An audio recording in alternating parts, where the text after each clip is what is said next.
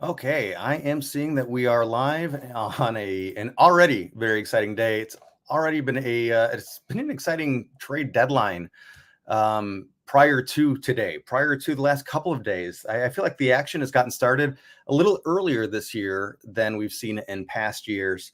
Um, and just like we've done a handful of times before, we are going to just be counting down the last hour of the trade deadline together. And then we'll stick around for about maybe another 15, 20, maybe up to a half hour afterwards, talking about some of the trades. And also, there tends to be every single time, as soon as I go offline, another trade or two gets reported. The paperwork was filed, but word hasn't yet been shared. So this might be the first time we're doing this on StreamYard, where I can share my screen and you can see what I'm looking at as well. Let's get this up here. First off, scrolling across the bottom here, I have just a handful of the biggest trades so far over the last 2 days in no order whatsoever. I just didn't want to miss anything, even though I'm not necessarily going to talk about everything in there. But yes, the news, this is a White Sox chat channel, but we're going to talk about all baseball today.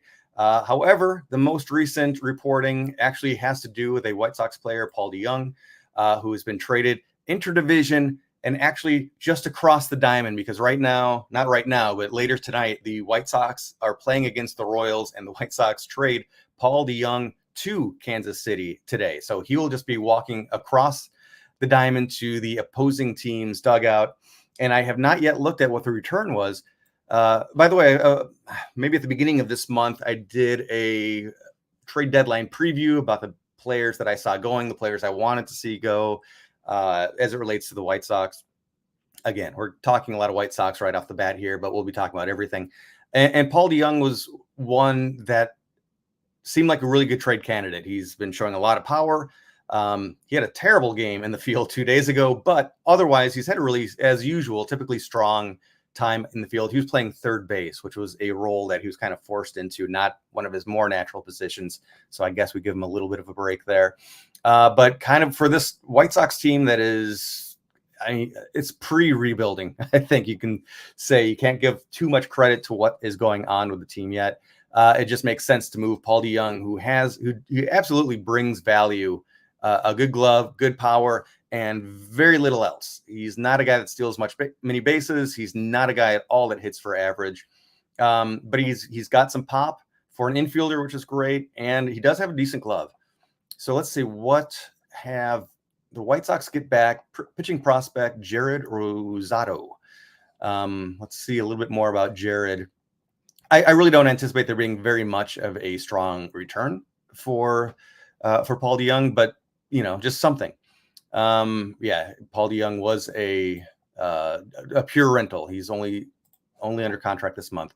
Rosado just turned 22. Former international signee has a 1.85 ERA, 29.5% strikeout, 7% walk rate over 39 relief innings for Single A Columbia. And I think what we've seen so far, again, if you're a White Sox fan, this is more relevant.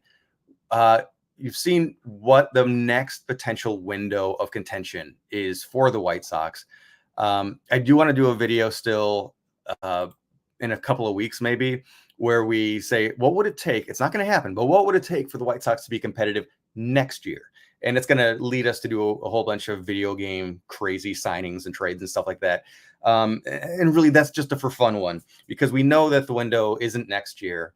But what we're seeing right now is, based on this and a trade from yesterday that we're going to dive into a lot more later, the White Sox have gotten back a lot of Single A players, fairly high-ranked Single A ball players, which might give the insight that it's that Single A team coming up that might be the next window, which is looking like 4 years out.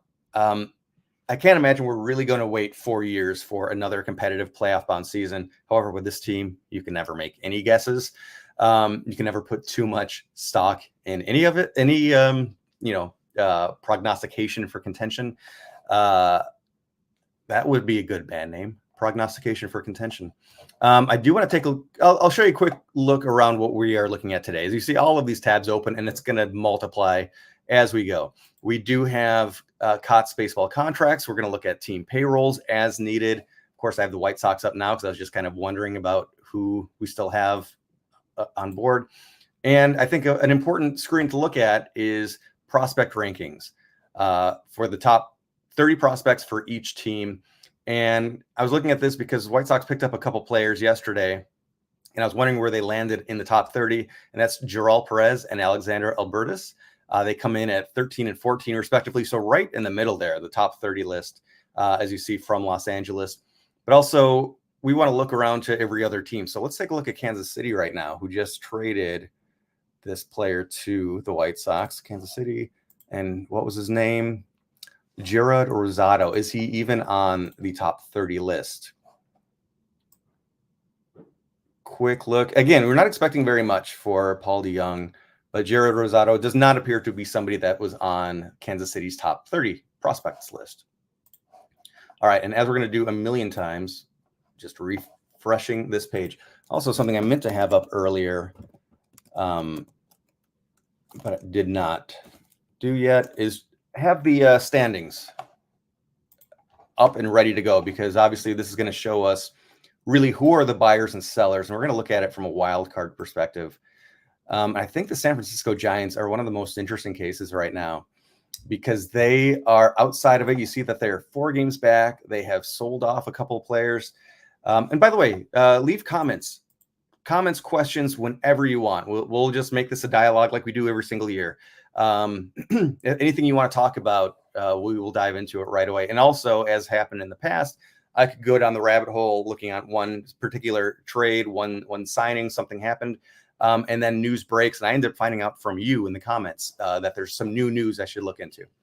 Anyway, the Giants are such an interesting team. They have Blake Snell, who it looked like he was going to have a lost year, and then he's come back from injury and put up some really good numbers, and now he's a trade candidate for people, even though he's got, I think, $5 million left on this season, maybe more, and then $30 million on payroll next year.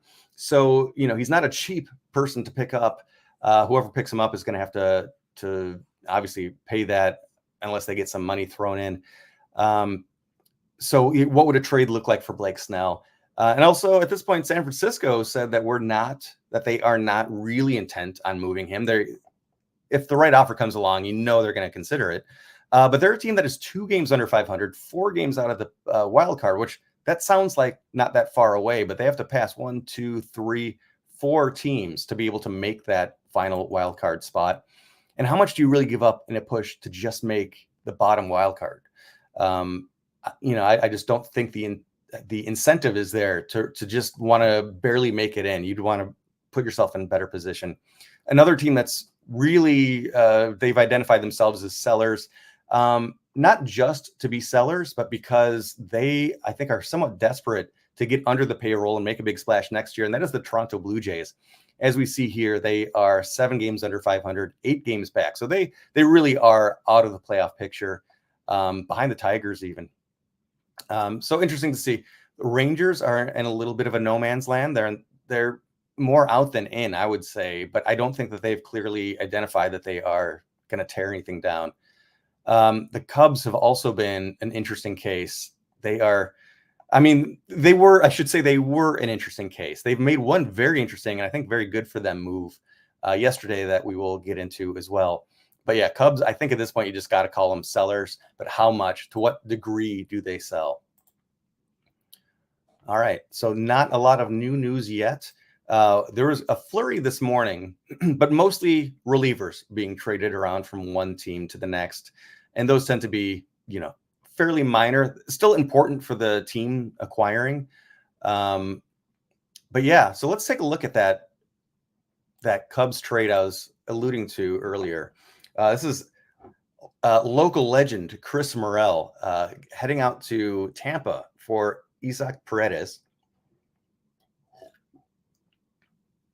And I really love this move from the Cubs perspective. However, I do have to say that they did give up more than I thought. It was, not going to be a 1-for-1 trade.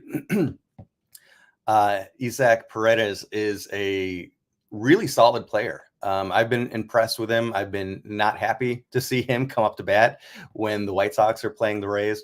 Although, it's fairly true. I don't want anybody to come up against the White Sox because we can't get anybody out. And Christopher Morel, I think this is a smart, level-headed move from Cubs front office, because Morel kind of gained legend status in certain ways with some of his huge home runs. And of course, I'll always carry some PTSD with me over the grand slam he hit against the White Sox last year. Ruined my night.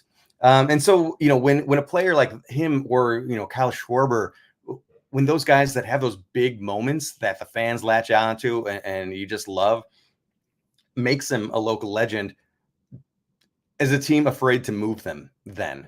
But I think we saw at least with Chicago, with the Cubs, we saw his ceiling as a player. He was fairly defensively limited, very, very limited when it came to just being able to regularly put the bat on the ball and get on base through a hit. However, massive home run power. And that was kind of his one tool. So for the Cubs to be able to move him and two others for Isaac Paredes is, I think, a really strong move. They have, and yes, I'm pretty sure that is how you say his name. I just, in my back of my head, I'm second guessing myself all the time because it looks like Isaac. But yes, there you go. Isaac Paredes. He's under team control for the rest of this year and 2 more years after that. So he is going to provide a lot of stability to that Cubs infield. Third base, first base, second baseman. And I don't think he's an exceptional fielder, but I do believe he's an upgrade over Chris Morel. Okay, here we go. Oh, okay. Brian De La Cruz going to the Pirates from Miami. De La Cruz is somebody that I was watching a lot. I watched a lot of Miami baseball because I just love the punishment. In addition to watching the White Sox, I'll watch the second worst team in baseball, Miami, a lot this year. De La Cruz is a guy that, he reminds me of somebody like Jorge Soler, who has upside. He's got potential. He has power. I think he's a ways from, let's find out. How far is he from free agency? How much team control does he have left? Oops. Because he's a younger guy, and Miami is really tearing it down, like really tearing it down. The fact that they traded Luis Ariz so much earlier in the year, great move by the Padres. That's another team I meant to bring up earlier. Just they've been really going for it. I want to take a look at the standings too to check that out. As you see, the most expensive player on this team, Josh Bell, he was just waived 2 days ago and picked up an hour ago, maybe. I want to say was it Arizona? I'll have to verify that. Brian De La Cruz. So team control for 3 more years. Next year is his first year of arbitration eligibility. So this is a guy that Miami didn't need to move. It's going to be very interesting to see what, we'll get more detail as it comes in. Not a lot of information is out yet. What the return is for Miami, because ideally Miami would need a lot to move him. De La Cruz, let's just take a quick look at his numbers, at least on the year. 707 on base plus slugging. His career number is in the mid 700s. So mid 200s batting average, not terrible for a guy that's got some power. 18 home runs this year, the same amount Paul DeYoung had. A guy that I think has additional potential. He's got room to grow, but I think Miami, just like the White Sox front office, they know that they are not exactly just 1 or 2 years away from being a competitive team. So that is an exciting move. We will see how he plays in Pittsburgh and where exactly he fits in. And as I mentioned, we want to take a look at the standings here. Let's take a look at Pittsburgh really quick. 2 games out of the wild card. So they are on the fringe, tied with St. Louis, and they have to pass Diamondbacks and then one other wild card team to be able to get into the playoffs there. That's a really good signal that they are going for it. And I misspoke. Miami is not the second worst team in baseball. They are the third worst team. The Rockies. Rockies hold that distinction.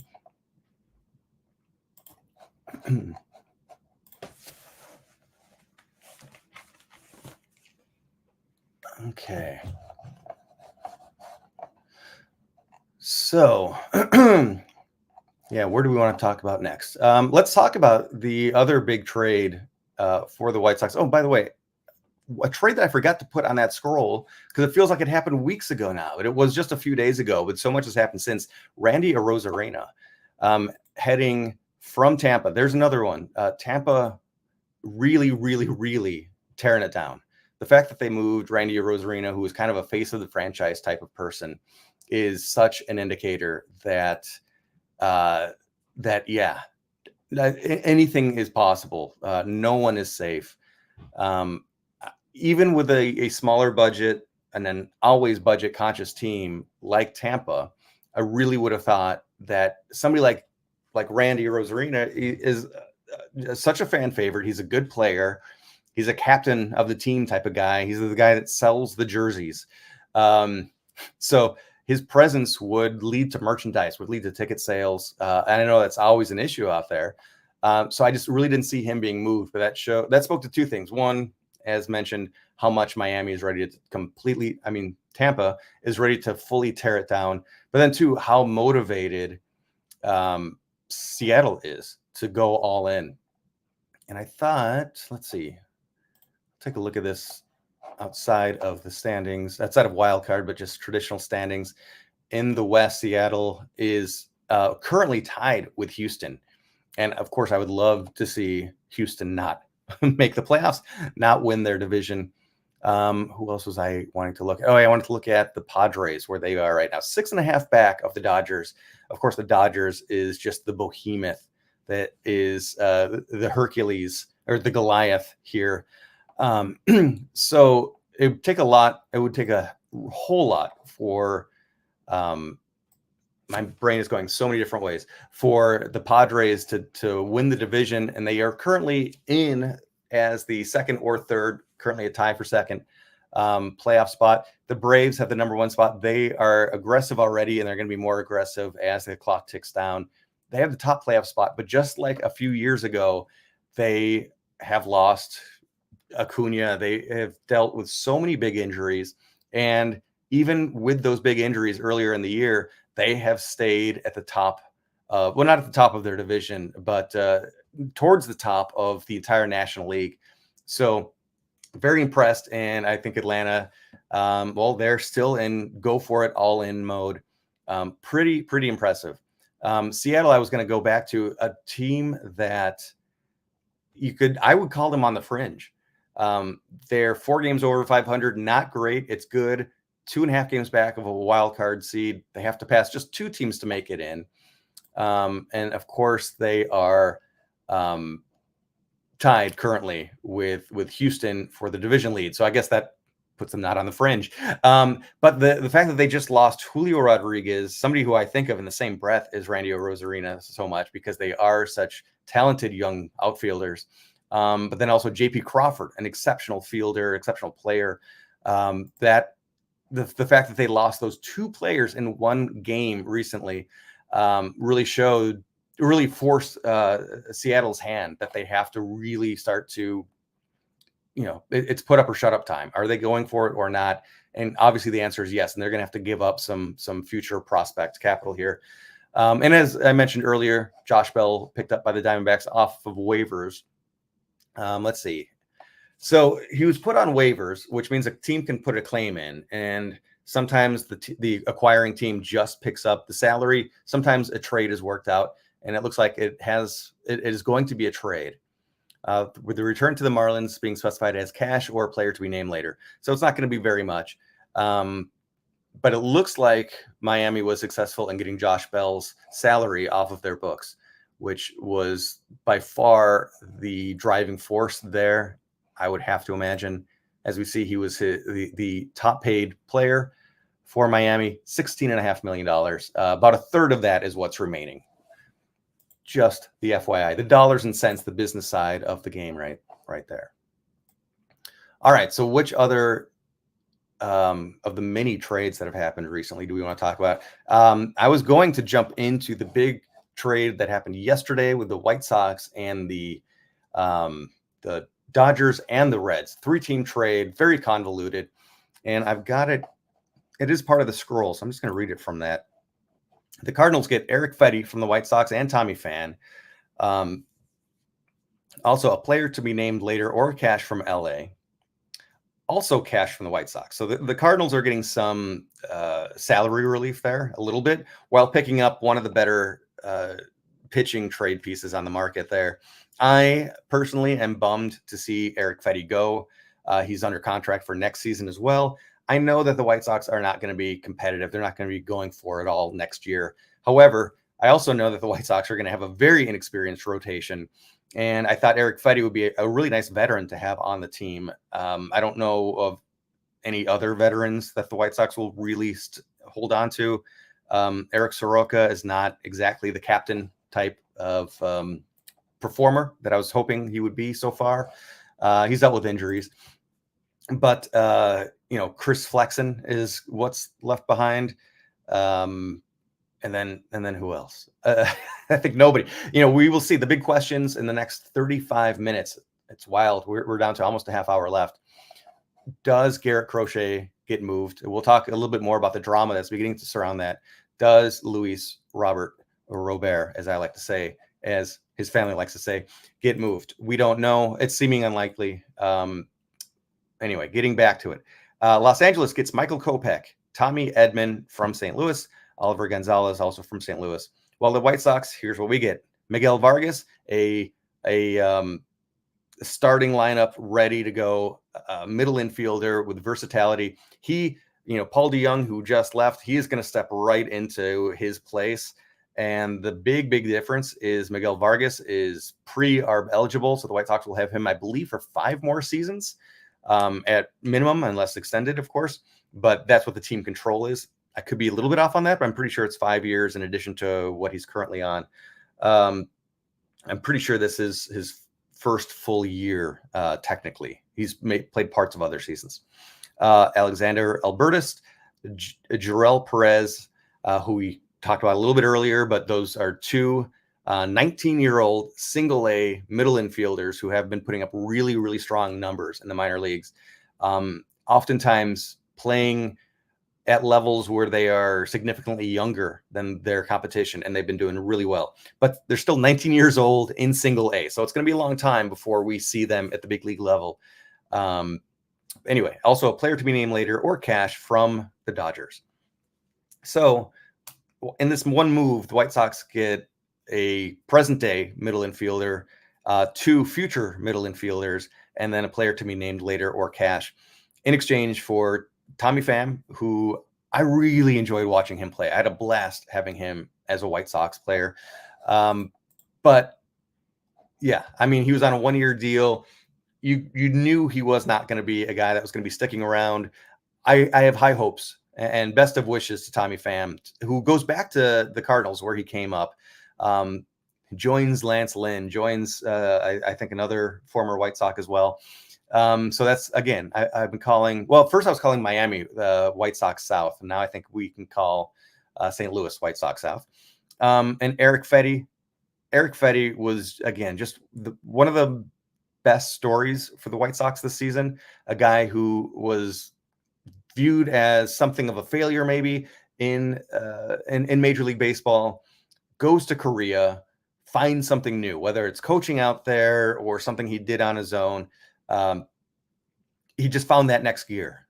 He found a couple of gears higher than he was. Won MVP awards. Overall, he became a fan favorite in Korea. And then the White Sox signed him to a 2-year deal. The big question was, is his success in Korea going to translate to America? And the answer was a very resounding yes. He better win Comeback Player of the Year this year. Without me looking at everybody else that might be in the running for that, he seems like a slam dunk type candidate. He will be missed. LA gets Michael Kopech. Now, as somebody that lived in LA, there's always a little bit of I hope they do well. I don't care that much, to be quite honest with you.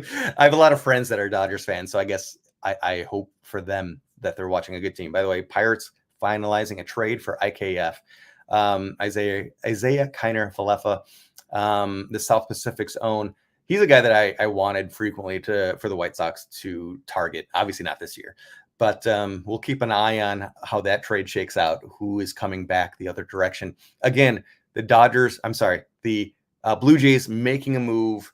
They have got to be just barely on the proper side of that luxury tax threshold that they're trying to dip below.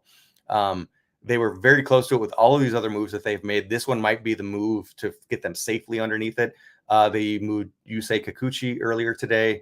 That was definitely a big piece of that. Actually, I'm going to put a pin in our Michael Kopech trade and take a quick look at the Blue Jays payroll, because this is probably going to be a little bit outdated because there's just so much going on today. And I'm sure they haven't had a chance to update everything yet. And color me wrong, because Kikuchi is already removed from here. IKF is still on here. $7.5 million this year and next.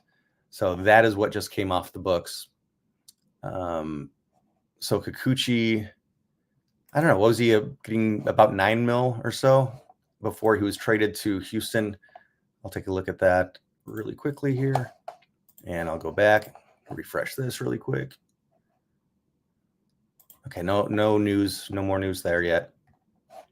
Okay, so with Houston, and dealing with some of the injuries that they've been going through, as much as I love to root against Houston, it's kind of amazing that they are in the position they're in with some of the lack of performance from certain people, a lot of injuries again.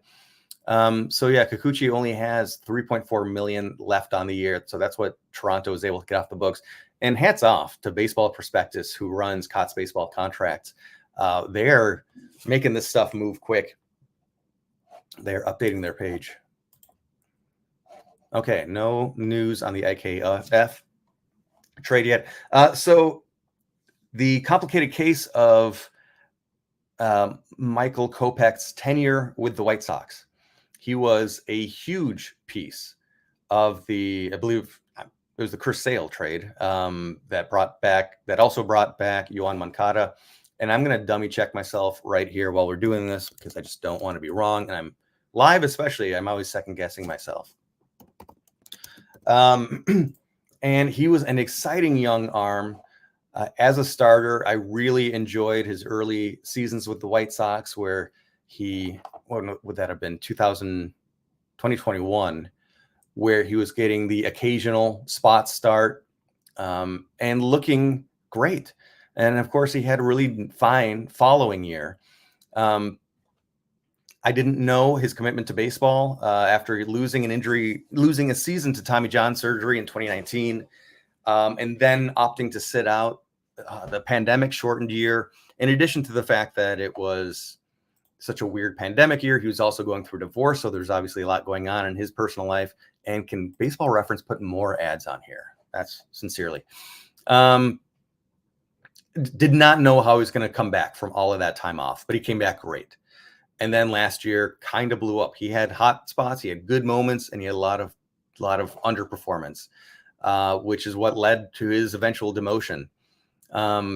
He made a couple of appearances out of the bullpen in 2023 and was terrible in those appearances. But the White Sox thought maybe the move is ultimately to the bullpen. And he had, again, peaks and valleys. The peak was 2 weeks ago, where he pitched an immaculate inning. Just incredible. 9 pitches, 3 strikeouts to get the save. Where is that guy all of these other times? When you look at his rate numbers, his walks are a little high, but not that high, which is misleading because he's not an efficient pitcher at all, other than that immaculate inning, which is the picture of efficiency. Because so often he just goes into really deep counts, and he could have an outing that is ultimately effective where no runs score, but he allows 2 hits. So a couple of guys get on, and it takes him 30, 35 pitches to get through that inning. And then he's spent, and he might be wasted for the next game. I will give a little bit of blame, possibly speculatively, to Pedro Grifol. his usage of Kopech at the beginning of the season, he used Kopech for the 8th and 9th innings a lot.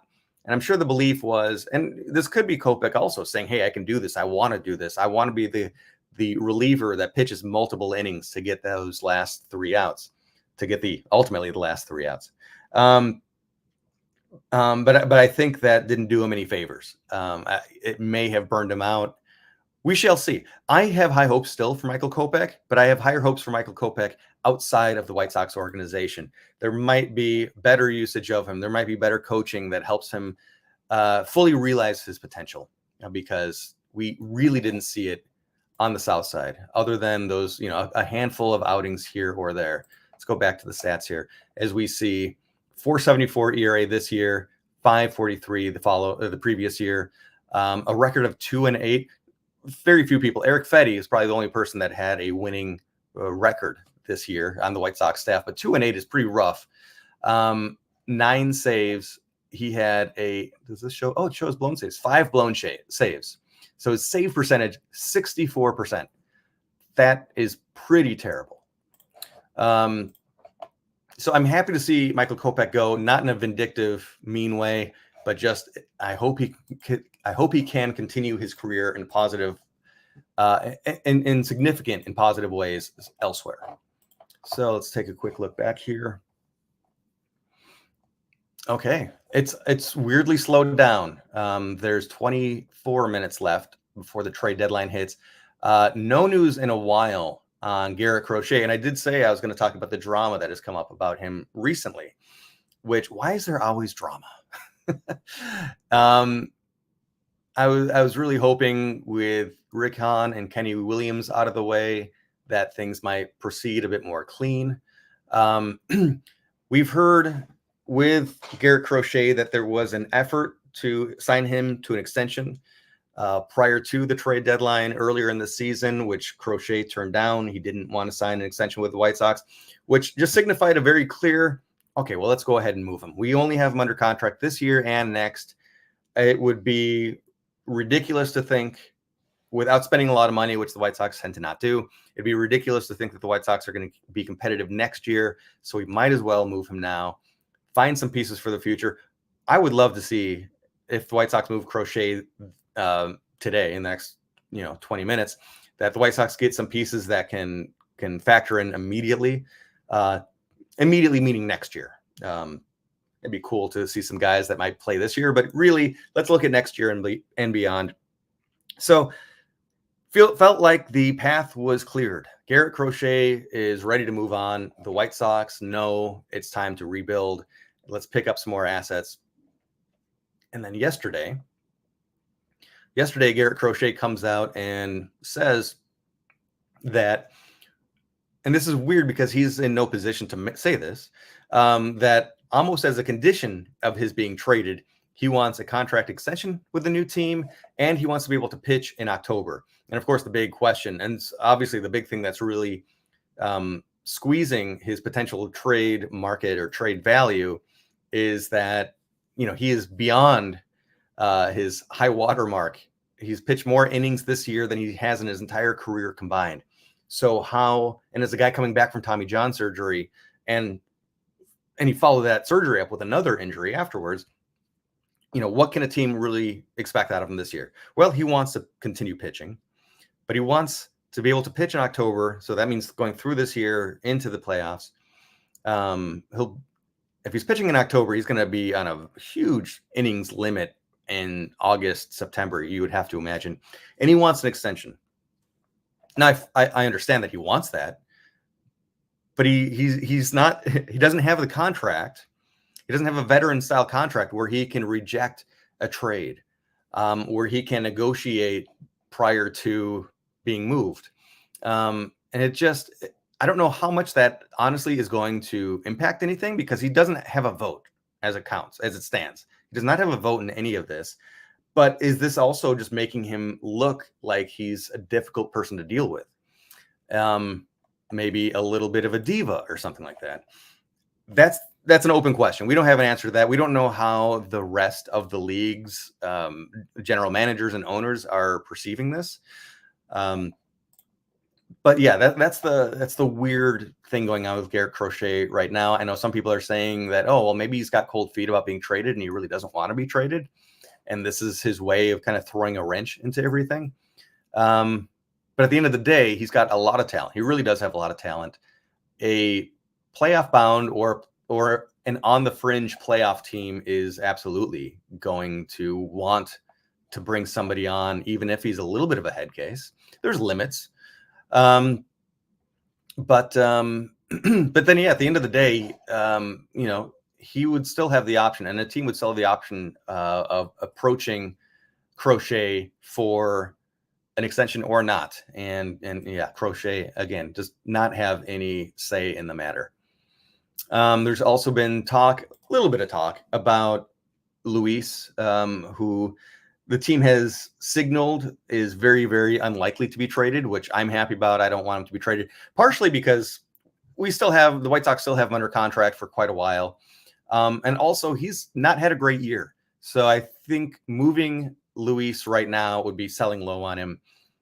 Even though he's very team controllable, his upside is huge. But I can't imagine that the White Sox would get the most for him if they move him now. Of course, my wish would be that he has a great bounce back year at a time that the White Sox have some of these younger guys coming up, that Drew Thorpe takes the next step, that Corey Lee takes the next step. And suddenly we have a lot of players who can carry this team in some unexpected ways, and maybe will be one of those Cinderella stories. Right now, it's hard to see that, but I'm not putting anything past that happening. Can't believe we don't have any more information yet. Okay, we do have a little bit more on the Brian De La Cruz. Right-hander Jun Sok Shim will be part of the return going back to the Marlins. Garrett Forrester also heads to the Marlins. Okay, so this is from Pittsburgh. Let's see if any of those two players were on Pittsburgh's top 30 list, which I would have to think that they would be. Scrolling. And this is one, the MLB.com is usually a little bit slower to update this kind of thing. Garrett Forrester. So I would think that they would still be on here. But let's take, there's Garrett Forrester. He's number 18 on the list.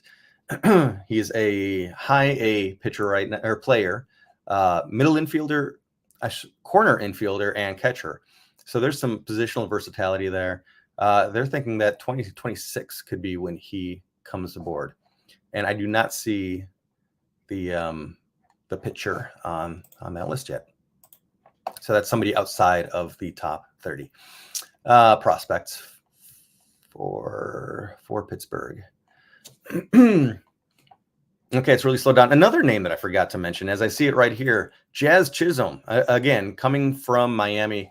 I want to see how much control he has, how much team control, like personal control. Does he binge eat or not?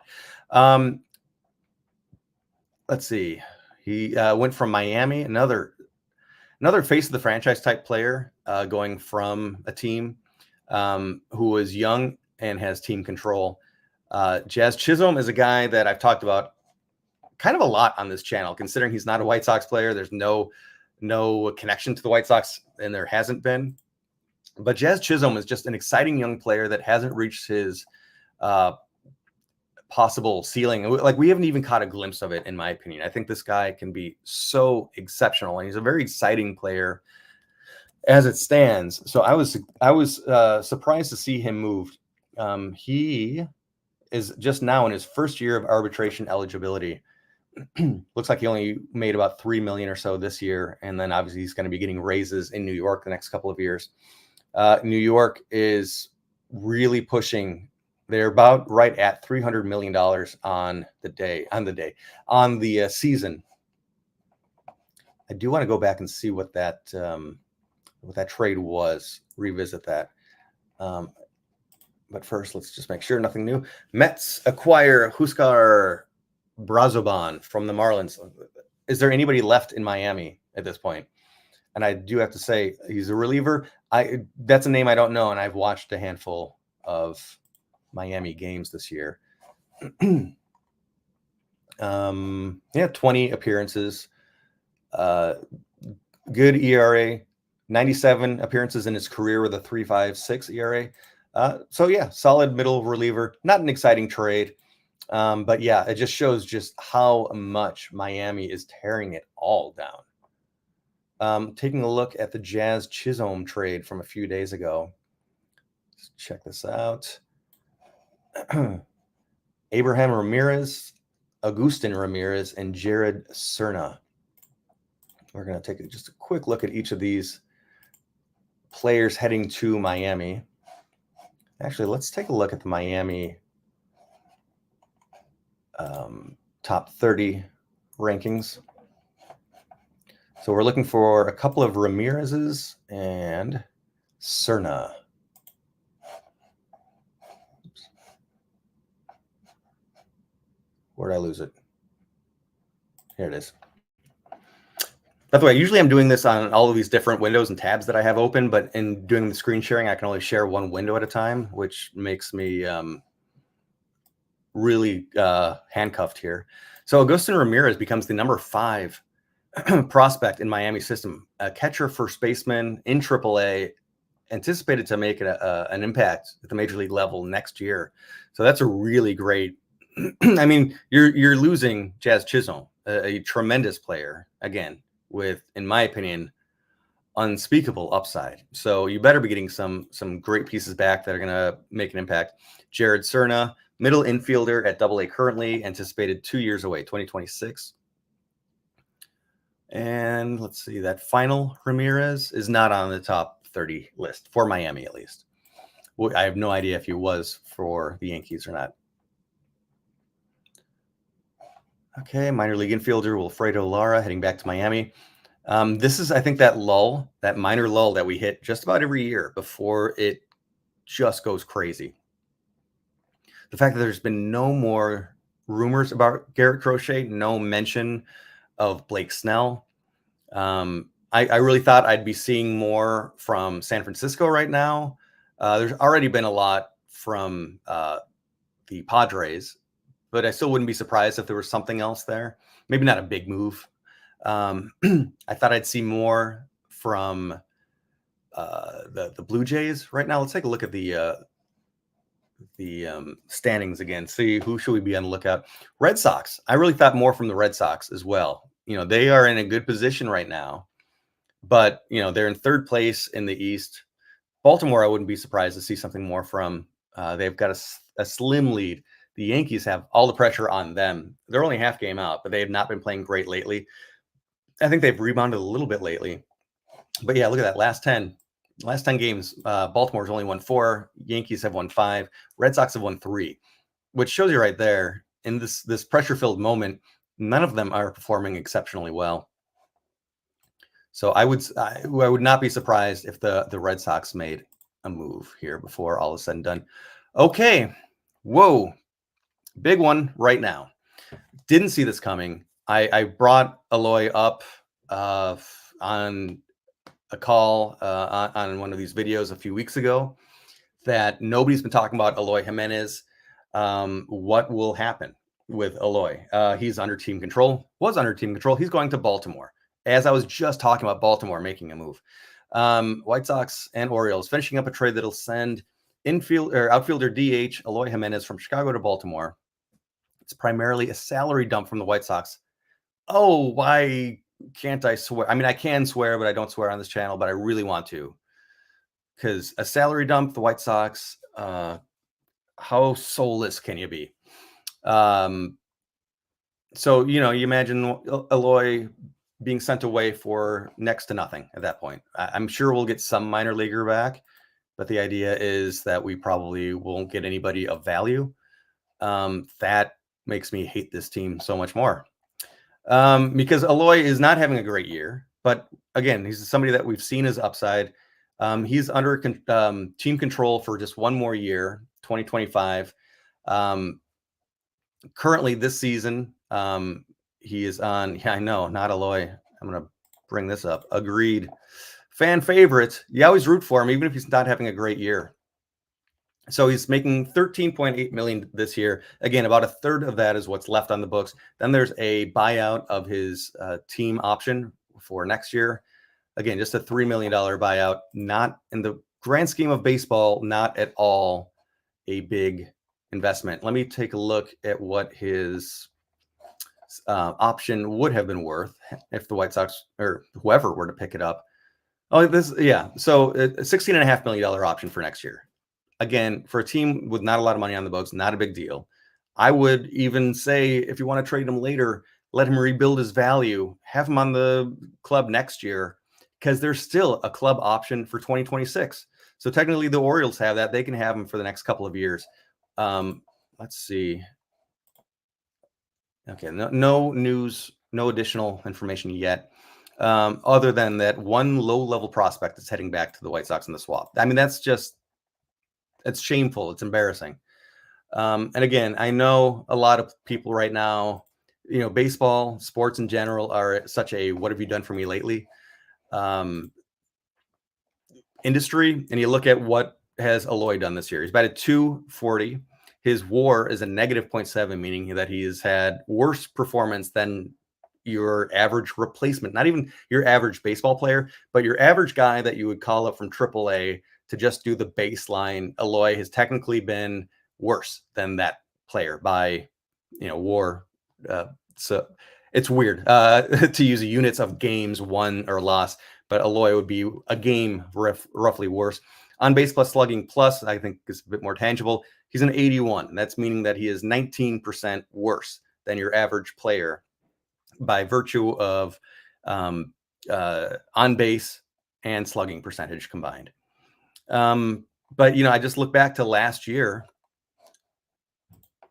Last year we have him batting. Where am I? 272. Much of that year he was over 300, and he did trail off as the year went on. The year before that he batted 295. So these 2 years, I think, is maybe combine those to find an indicative Eloy type year. 281 average across those 204 games, which yielded 34 home runs, 118 RBIs. Yeah, 34, 118 over 204 games. That's not elite power level stuff, but on base plus slugging plus 19% over. This year is 19% under. I think this is more indicative of his years. Also, though, you do have to say what else is indicative is that over 2 years he played 204 games. He gets injured a lot. We know this. And it's so frustrating that he hasn't been able to stay healthy almost at all. Last year, 120 games played. His second highest watermark there. So yeah, that's a big one. And just again, looking at the salary, I don't want to hit over the head too strongly because it's obvious. It's been said and done. White Sox payroll this year coming into the season was 123 million, 123.1, we'll say, which isn't nothing. It's very middle of the pack, middle of the road. But then also it shows that there's no need for a salary dump. Especially considering that we have already traded away Fetty, Kopech, DeYoung, Tommy Pham. I'm trying to see. By the way, Duke Ellis. This was a surprise for me. This one I missed it. Duke Ellis was maybe not a highly regarded prospect for the White Sox, but he was somebody that came up, made his major league debut, played a couple of games, made a couple of errors. Very aggressive, very fast. He was a Billy Hamilton level speedster.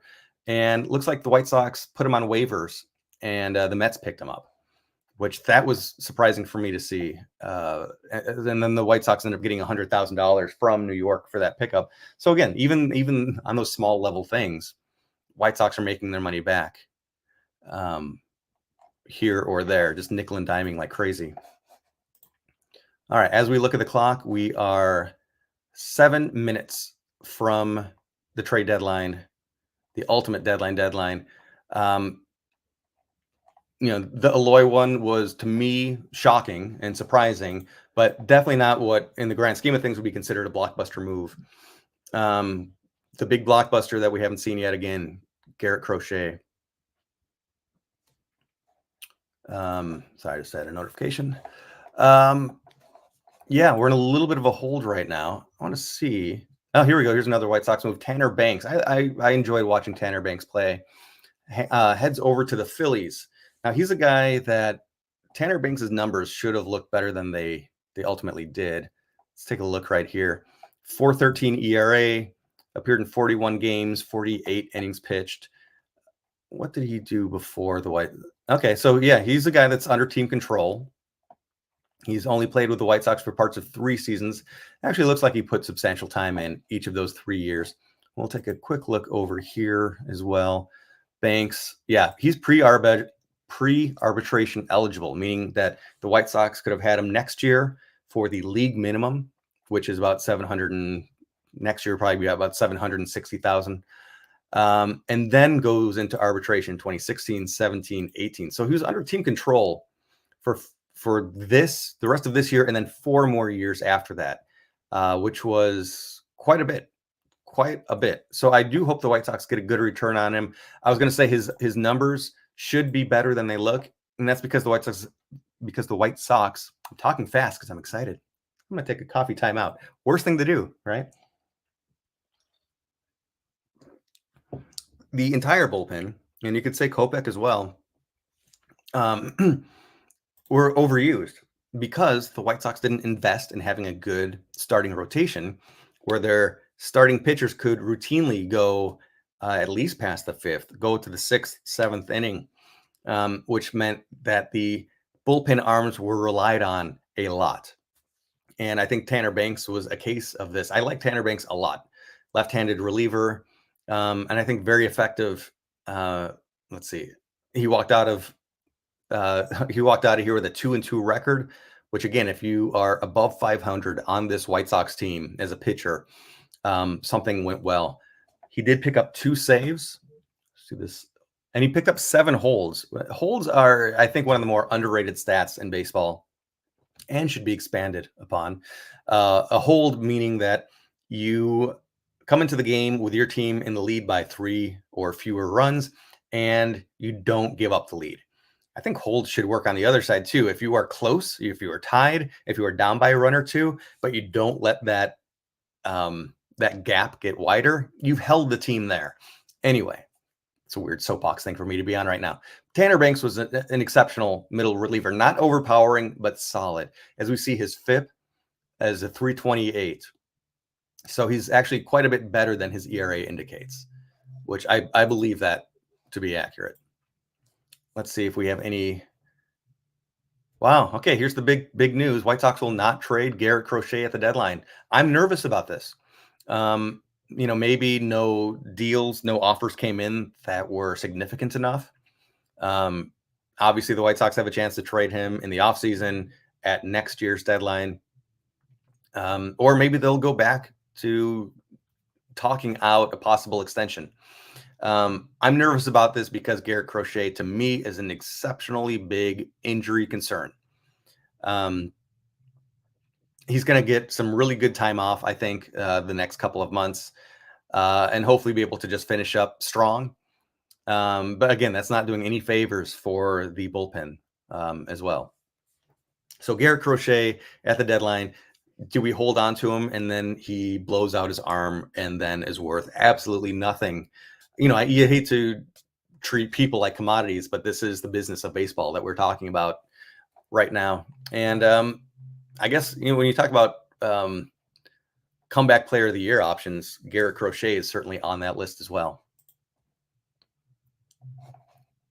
Here we go. This is another big one that I've been waiting for. I haven't brought his name up. Dodgers to acquire Jack Flaherty.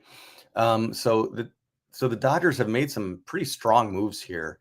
And it's so wild. They spent how much over the previous offseason to break all of the records for the largest contracts ever, the most spent in an offseason, the most committed to in an offseason, and probably the highest opening day payroll. And they still have to make these trades because things just, you can never fully predict how a season is going to go. Dodgers to acquire Kevin Kiermaier. So Dodgers pick up a couple of pieces right here. Kiermaier comes in from the Jays. So again, that's Toronto lowering their payroll. They're getting under that luxury tax. I'm sure that they are under the luxury tax at this point.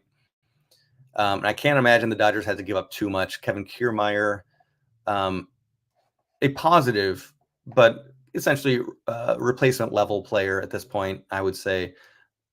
Well, pitching wise, well below. But once you factor in his defensive abilities, he becomes a league average player. So I doubt the Dodgers had to give up very much for him. In addition to taking on payroll, which they are way beyond the highest level of luxury tax, and so they're going to be paying, I think, 110%. Here, the news is coming, continues to roll in. Padres acquire Martin Perez, might be Martin Perez, in a trade with the Pirates. Yeah, Pirates are just, they're kind of an interesting team with what's going on with them right now. Jack Flaherty. Okay, so I wanted to mention this, and I didn't at all yet. But as a White Sox fan, it's fun to look at the AL Central and see how many teams, I should say, are buyers. Which right now it's Cleveland, Minnesota, and Kansas City. And for a year in which the White Sox will not be in the discussion for going to the playoffs, this is a great time to see as many teams as possible go all in, trade away as many prospects as possible, to get guys that are just rentals. They'll only be here for this season and then be gone. And overall, their organization is hopefully lesser as a result. Obviously, at least one of these teams, possibly up to 3 of them, are going into the playoffs and will, of course, recoup some cash through ticket sales and things like that. But still, love to see teams lose their prospects. Detroit is the only team with the White Sox who are going to be trading away assets and picking up prospects. And by the way, Jack Flaherty, for the record, I really wanted the White Sox to go after Jack Flaherty this last offseason. He signed a very team-friendly 1-year contract. And of course, now the Tigers have flipped him. We don't know what they've gotten for him, but it's going to be a lot because he ends up being one of the best arms to move. I would say he's number 1, Eric Fetty number 2, especially considering it doesn't look like Snell is moving and Crochet is not moving. Padres are trading reliever Eniel De Los Santos to the Yankees. So it's always interesting, too, when you get 2 playoff-bound teams or playoff-fighting teams like the Yankees and Padres making trades amongst themselves. Yeah, I think there's been such a roster churn in the last 48 hours, especially with the Padres. And actually, there was a big trade, not like it was a huge trade, but there was a lot of pieces that happened shortly before I went on the call. So yeah, so Martin Perez comes over from Pittsburgh to the Padres to join that bullpen, and then to make space, I guess, they move Eniel De Los Santos to the Yankees. So here it is. Padres acquiring Tanner Scott and Brian Hoeing, sending away lefty Robbie Snell and righty Adam Mazur to Miami. So yet again, Miami players. Tanner Scott was a pretty good arm there. Let's see who is leaving. Let's see. Yeah, 1.18 ERA for Tanner Scott.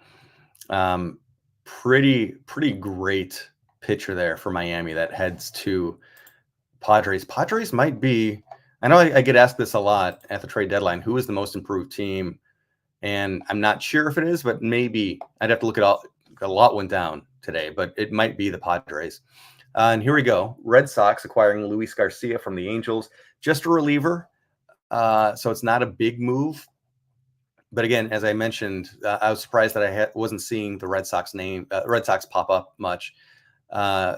Garcia for the always underperforming Anaheim Angels went 5-1 with a 3.71 ERA across 45 games, including 4 saves.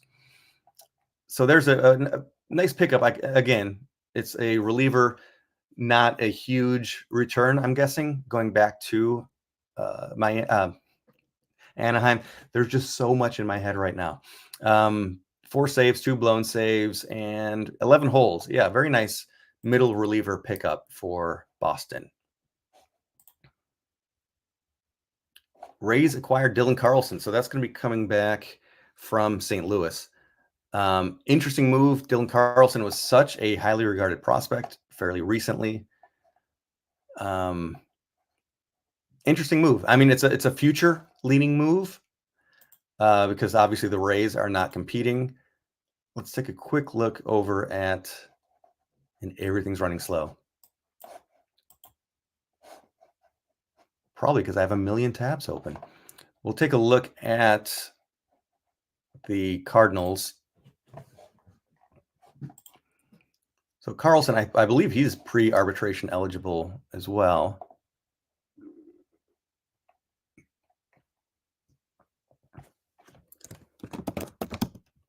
Okay, yeah, I'm wrong on that. He's in his first year of arbitration eligibility. So it's kind of interesting and maybe a little odd that the Rays are picking him up.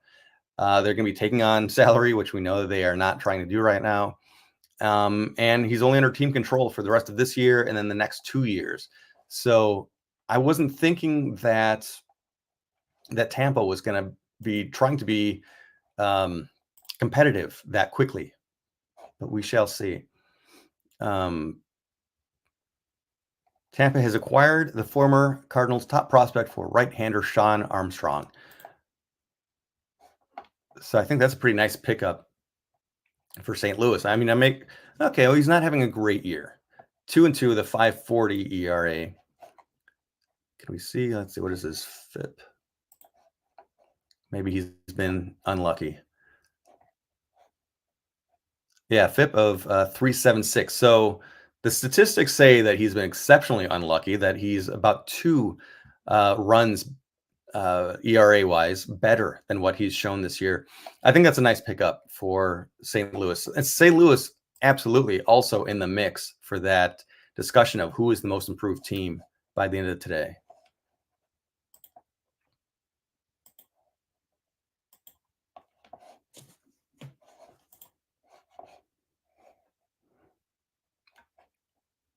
So we start to wonder and have conversations about any surprises of who didn't move. By all means, if anybody's watching, even on the replay, do leave your comments. I will see them and respond to them. But I do have to say, and I'm not thinking exactly of names specifically, but I am a little surprised that I haven't seen more big names move around. Partially because the trade deadline activity started a good week ago with people like Jazz Chisholm, Randy Arozarena being traded. Arozarena. But let's just give it a little bit more time here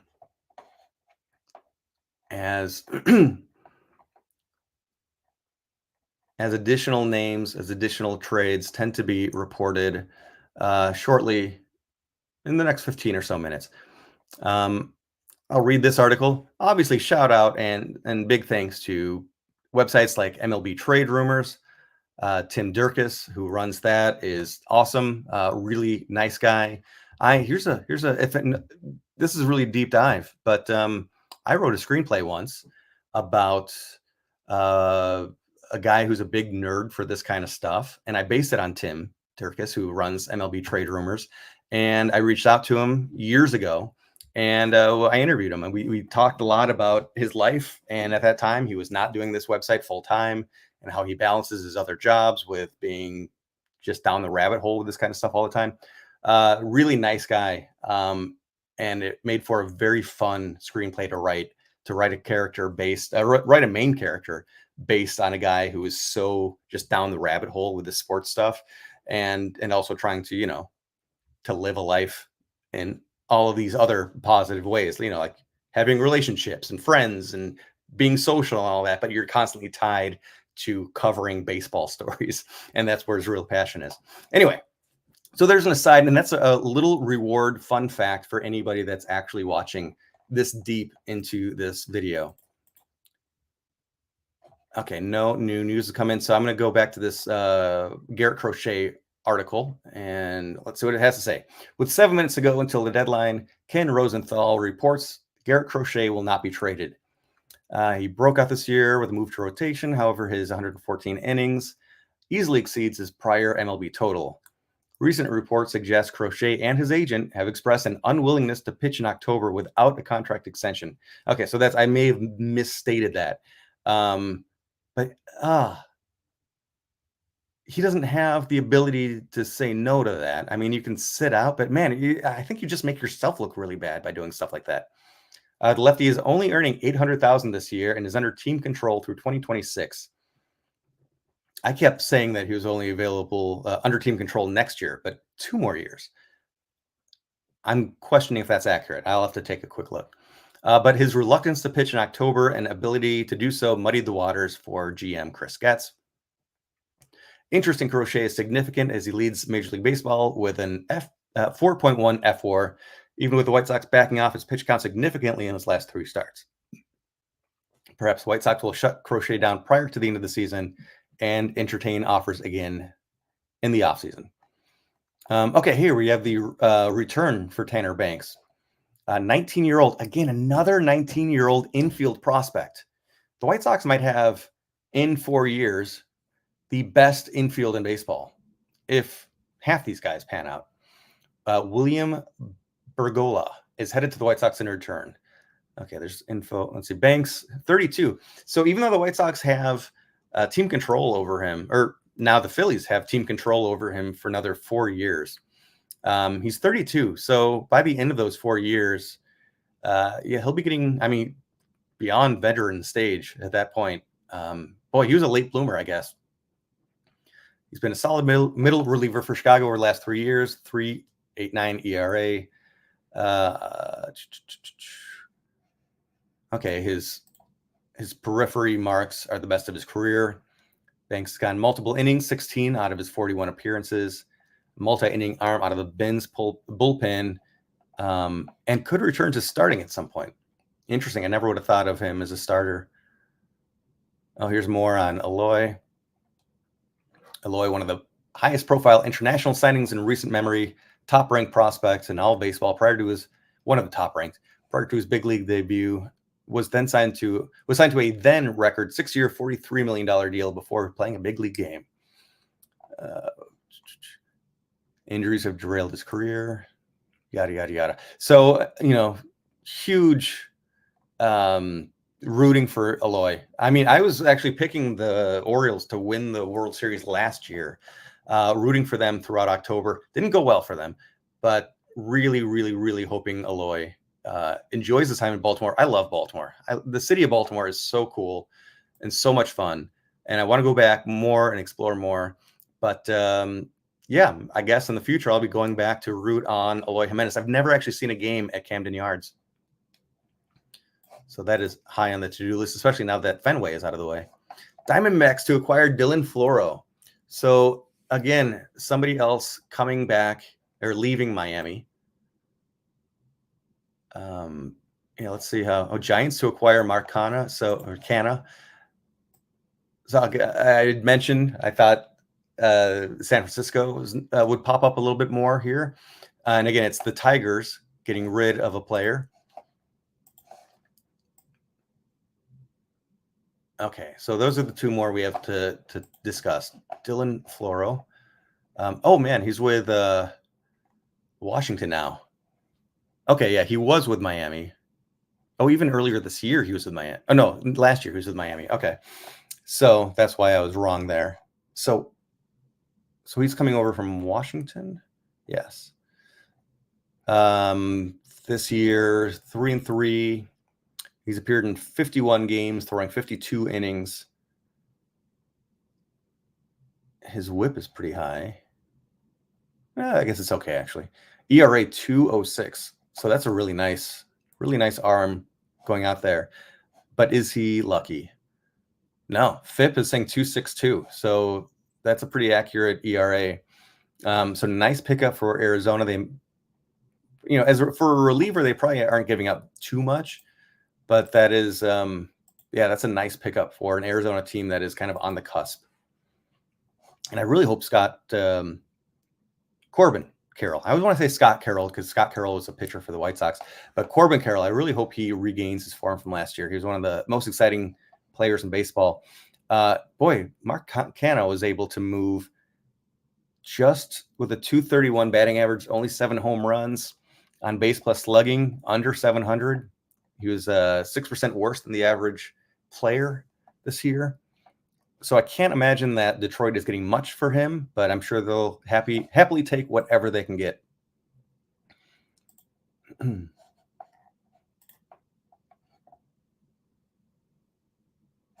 Orioles, another Baltimore one, acquiring Austin Slater from the Reds. Let's see. Not a big move. He's an outfielder. He started the season with the Giants, so he's moved around a little bit this year. Tell you what, for the sake of the replay, and in case no more stories come out, I'm going to sign off right now, or I'm going to say goodbye, but I'm actually going to keep this live. On the replay, it might be edited right here, right at the end of this.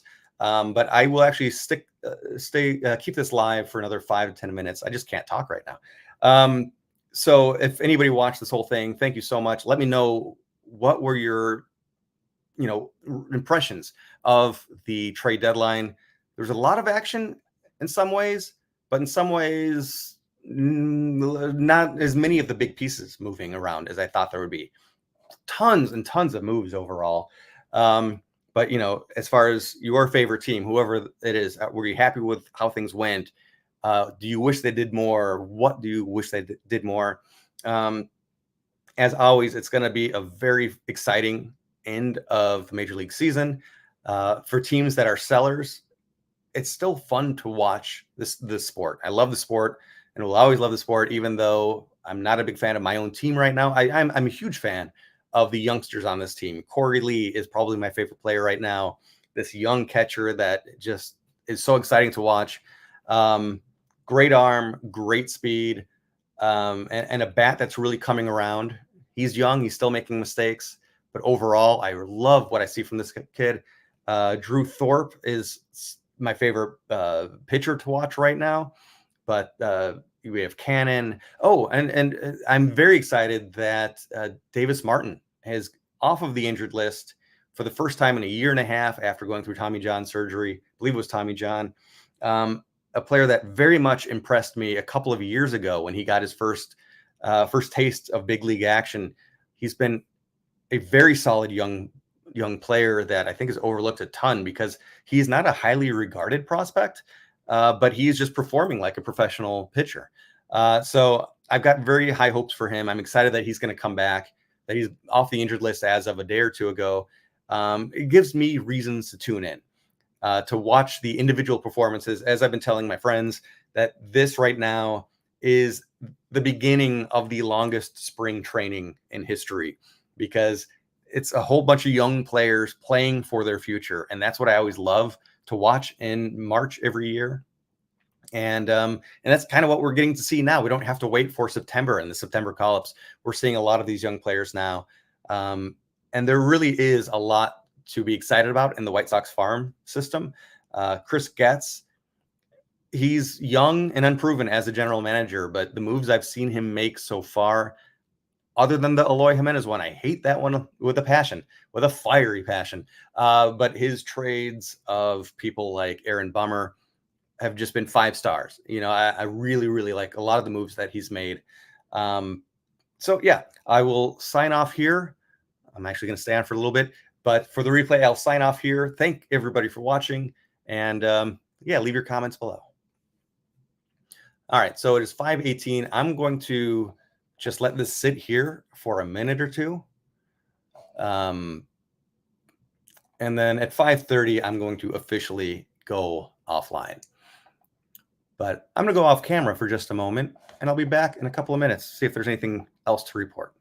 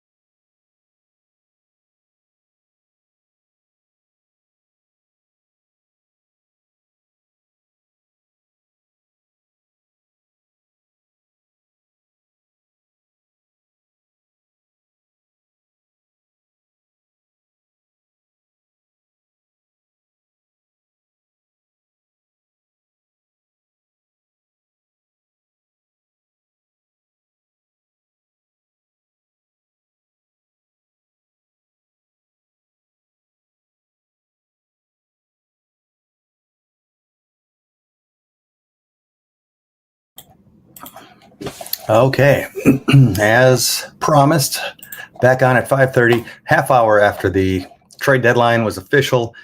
But every year I've done this, news is broken about a half hour after, and I've missed it. So let's see. Does anything else come up?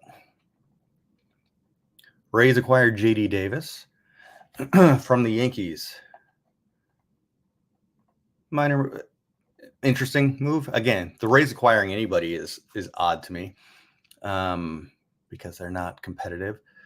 Orioles to acquire Gregory Soto. Okay, so we have another former White Sox heading to Baltimore. Soto is a great reliever. I was thinking Gregory Santos. Gregory Soto.